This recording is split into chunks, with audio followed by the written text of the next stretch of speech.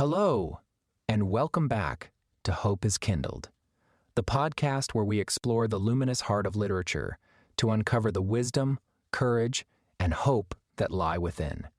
Today's episode takes us on a journey across deserts and dreams toward a treasure that is not buried beneath the sand, but within the soul. We're talking about The Alchemist by Paulo Coelho, a modern classic that has become a global phenomenon, translated into more than 80 languages and selling over 65 million copies. But those numbers are not what make it special.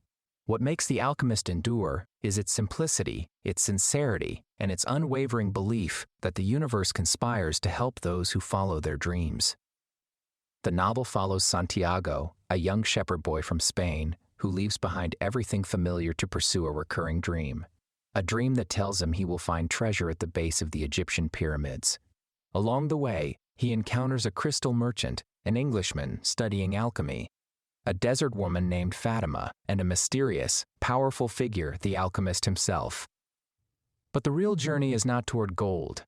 It is toward self-discovery. Coelho writes, "When you want something, all the universe conspires in helping you to achieve it." This is the heart of the novel, the idea that the soul of the world is in conversation with our own, if only we would listen. For young readers, and for all of us, the message is clear and powerful. Your dreams matter. Not because they're easy, but because they are yours. Santiago's journey is filled with setbacks. He is robbed. He is tested. He is made to wait, to work, to listen. And yet he keeps going, because he believes. In that way, Santiago reminds us of Arthur, from the once and future king, who believed in a dream of justice even as his world crumbled. He reminds us of Pip in Great Expectations, who followed his vision of becoming a gentleman, only to find that true worth lies in the heart. He even reminds us of Chief Bromden from One Flew Over the Cuckoo's Nest, who dared to believe in freedom after years of silence. And perhaps most of all, Santiago reminds us of ourselves. As we grow, as we face obstacles, as we wonder if the call we once heard still matters, the alchemist urges us to return to the dream, to the thing we were born to do. Coelho doesn't offer a guidebook. He offers a parable, and in doing so, he echoes the teachings of Gandhi to live with intention, of Thoreau to follow a different drummer, of Bob Dylan to keep walking the road, no matter how strange. In our next section, we'll explore the symbolic elements of alchemy in the novel, and how Coelho uses transformation, not of lead into gold, but of fear into faith, as the true philosopher's stone. Paulo Coelho's idea of the soul of the world, that invisible thread binding all things, isn't just philosophical poetry. It's a kind of spiritual gravity, pulling all things toward meaning. And if you ask us, it's not all that different from what the Doctor sees when he looks at the universe, a grand, interwoven tapestry of choices, chances, love, and loss. We always loved the 11th Doctor, my boys and I, Matt Smith's version of the Time Lord with his floppy hair, awkward energy, and piercing insight beneath all the silliness. There was something about the way he could make you laugh in one breath and cry in the next, something in the way he saw magic in the ordinary. Santiago might have been one of his companions, really wandering the sands instead of the stars, searching for the alchemy of his soul. You can almost hear him now, gesturing toward the desert sunset with a grand speech that sounds like Coelho himself. You want to know what the universe is made of? It's not atoms or stars or black holes. It's stories. Yours, mine, his, hers. That shepherd boy over there, chasing his dream across 1,000 dunes. He's made of stardust and stubbornness. He's brilliant. This is what Santiago's journey reveals, that when we listen to the world, we hear more than sound. We hear meaning, purpose. We hear the call of our personal legend, what Coelho calls our true path, the one thing we are meant to do. And if we ignore it too long, we suffer. Just like the 11th Doctor once said to Amy Pond, you know when sometimes you meet someone so beautiful, and then you actually talk to them, and 5 minutes later they're as dull as a brick? But then there's other people, and you meet them, and you think, not bad, they're okay. And then you get to know them, and their face just sort of becomes them, like their personality's written all over it, and they turn into something so beautiful. That's Santiago. That's his journey, and that's ours too. Even if you're not chasing treasure across the Sahara, you're on a path, and there will be omens and strangers who are really teachers and fears that look like brick walls but are really doorways. The 11th Doctor understood that. So did Coelho. And maybe that's why we keep returning to these stories, because somewhere between the boy with a dream and the madman with a box, we recognize something true. In The Alchemist, transformation isn't about turning lead into gold. Not really. It's about learning how to become. Coelho writes of a world where the real alchemy takes place in the human soul, where the fire of experience burns away all that isn't true until we are left with our purest self.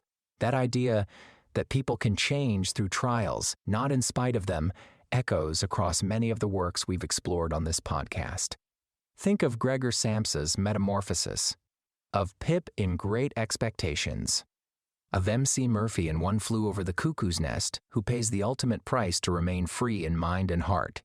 Now, picture Santiago, alone beneath the stars, learning to speak the language of the world, and suddenly, the desert becomes a mirror for the soul. And if you're wondering what Doctor Who would say, I think we already know. The 11th Doctor once looked at a terrified child and said, "Fear is a superpower. Fear can make you faster and cleverer and stronger. Fear is like a companion, a constant companion, always there. But that's okay, because fear can bring us together." That's Santiago's journey in a nutshell.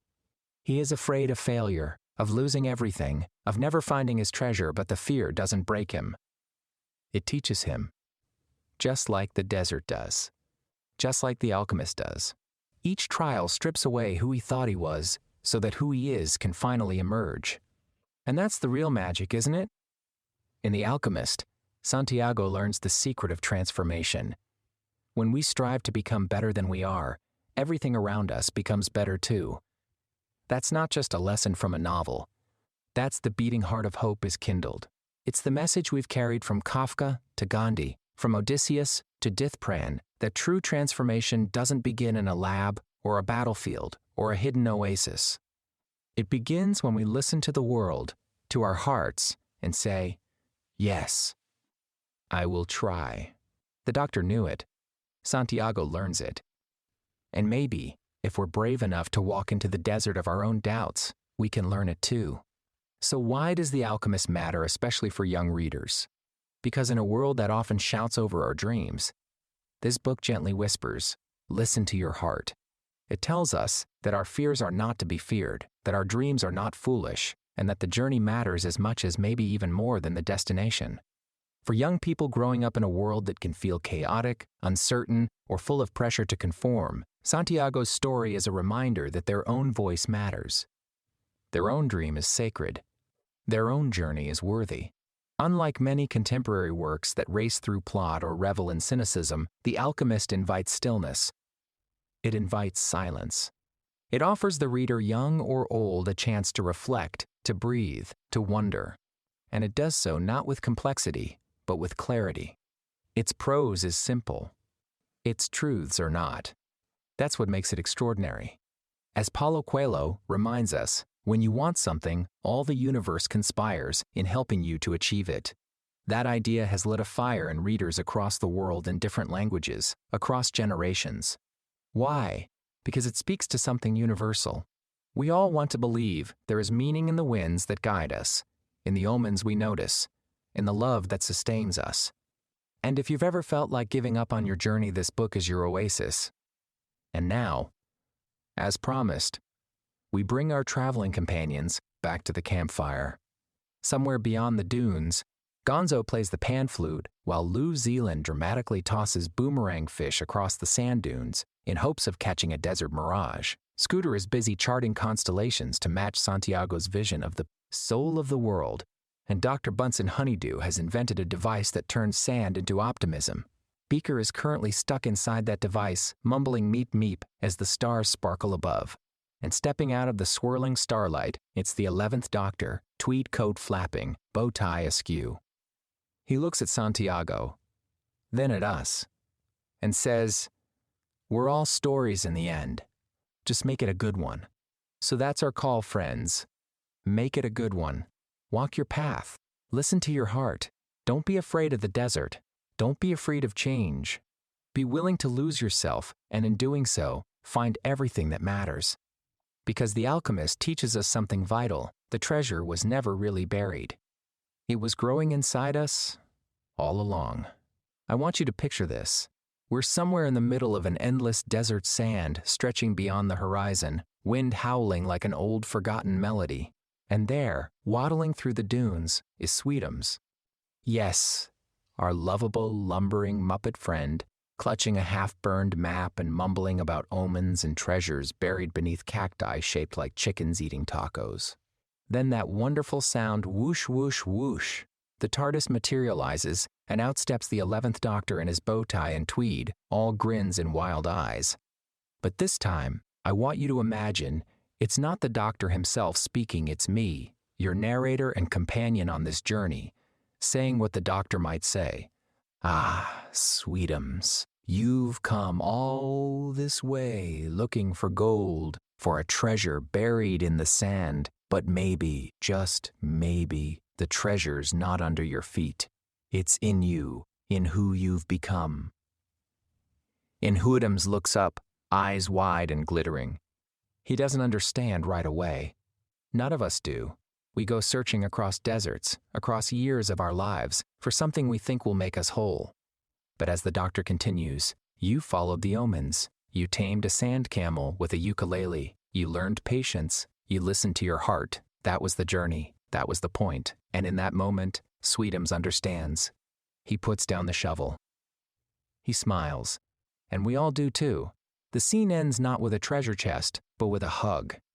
With light. With music, of course, tambourines and mirages and Muppets dancing under the desert stars. And if that's not what The Alchemist is really about, I don't know what is. Next on Hope is Kindled from the sunlit sands of Santiago's quest. We now turn toward a different kind of journey, one not of self-discovery, but of surveillance, suppression, and silent rebellion.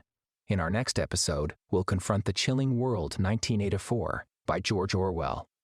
A world where dreams are monitored, thoughts are controlled, and even language itself is rewritten. It stands in stark contrast to The Alchemist, and that's precisely the point. Because the two stories share a question at their heart. What becomes of the human spirit when it's tested?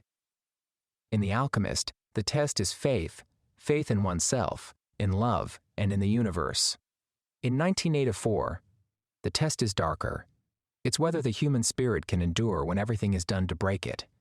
But remember, even in the darkest of dystopias, there is a flicker of hope, a whisper of resistance, a reminder that truth, like treasure, is often buried, but not gone.